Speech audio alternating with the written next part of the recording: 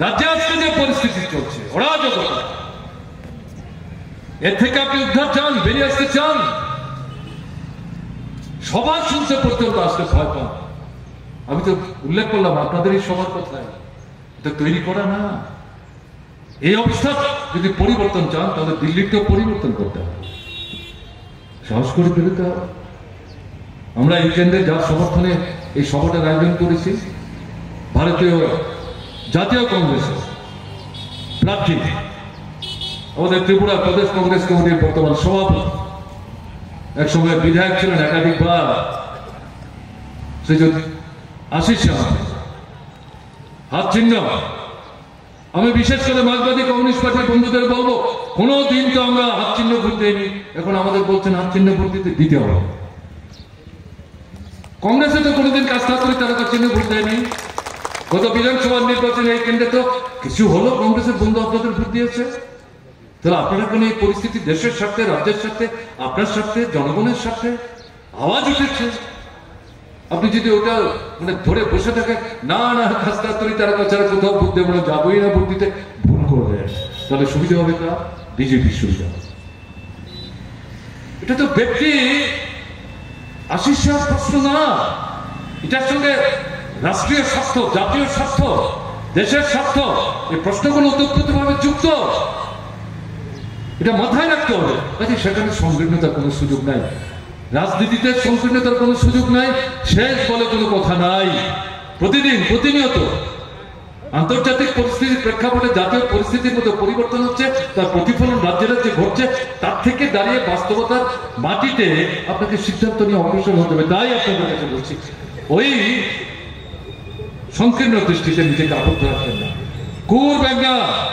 আমি বিশেষ করে বলবো কমিউনিস্ট পার্টির সমর্থক যারা, আপনারা তো করবেন না, পৃথিবীতে অনেক বড় আপনাদের কাছে, সেই ভাবনা নিয়ে এই নির্বাচনী সংগ্রাম খুঁজবার চেষ্টা করবেন না। আমরা যে বেরোচ্ছি, আশিস বাবু প্রার্থী কোথায়, কংগ্রেসের বন্ধু, আমরাই তো একে যাবো, যাবেন।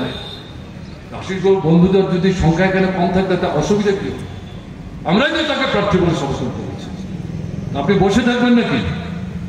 আপনি যাবেন, বাড়িতে যাবেন। আমরা ভারতের কমিউনিস্ট পার্টি মার্কসবাদীর তরফ থেকে একটা লিফলেট বের করেছি, বাড়িতে বাড়িতে যাবেন। তাতেও তো আশিস বাবুর কথা বলা হচ্ছে, সবার কথা বলা হচ্ছে। কে দেবে? বলে গেলেন কে ঠিক করবে? আপনারা করবেন। পোস্টার কে লাগাবে? আমরা তো আশিস বাবুর জন্য পোস্টারও ছাপিয়ে দিচ্ছি প্রত্যেক বিধানসভা কেন্দ্রে। কে লাগাবে এটা? আশিস বাবু লাগাবেন, আপনি সিপিআইএম করে আপনি লাগাবেন না, লাগাবেন। এই জায়গায় ঠিক আছে, কংগ্রেস দলের বন্ধুরা তাদের ঝান্ডা নিয়ে মিছিল করবেন, আপনারা সিপিআইএম এর বন্ধুরা আপনারা আপনাদের দলের ঝান্ডা নিয়ে মিছিল করবেন, ততটা আপত্তি কেউ করছে না। এই যে নির্বাচনী কাজগুলো, এগুলো করতে হবে, সংকীর্ণতার কোনো সুযোগ নেই। যারা এখনো জড়তায় ভুগছে, যারা এখনো এই বিষয়ে দ্বিধা দ্বন্দ্বে আছেন, আমি তাদের কাছে বিশেষ করে আবেদন করবো, এটা সময়ের দাবি, পরিস্থিতির চাহিদা।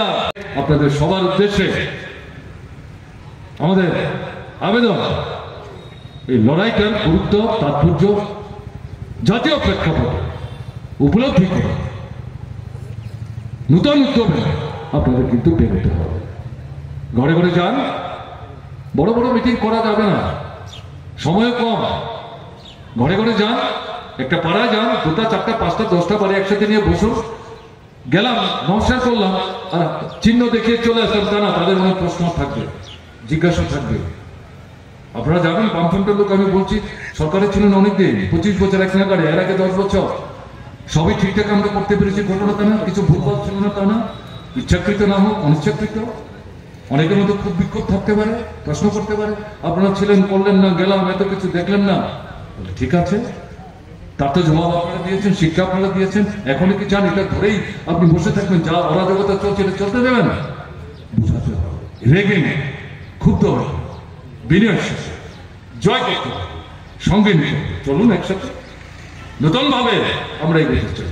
এই দৃষ্টিভঙ্গি নিয়ে কথা বলতে হবে। 2 মিনিট, 4 মিনিট, 5 মিনিট এটা মাথায় রেখে আপনারা অগ্রসর হবেন। এবং এই যে বিধানসভা কেন্দ্র, এই কেন্দ্রের গত 23-এর নির্বাচনে সিপিআইএম এর প্রার্থী যে ভোট নিয়ে জয়যুক্ত হয়েছেন, তার থেকে দ্বিগুণ ভোটে আশিস সাহা হাত চিহ্নে যাতে এখান থেকে ভোট পেয়ে বেরিয়ে দিতে পারে, তার দায়িত্ব আপনারা গ্রহণ করবেন। এই আবেদন আপনাদের কাছে রেখে আমি আমার এতক্ষণ যে আপনাদের সঙ্গে কথা বললাম, আপনারা শুনলেন, আমাকে বলবার সুযোগ দিলেন, তার জন্য আপনাদের সকলের প্রতি আন্তরিক কৃতজ্ঞতা।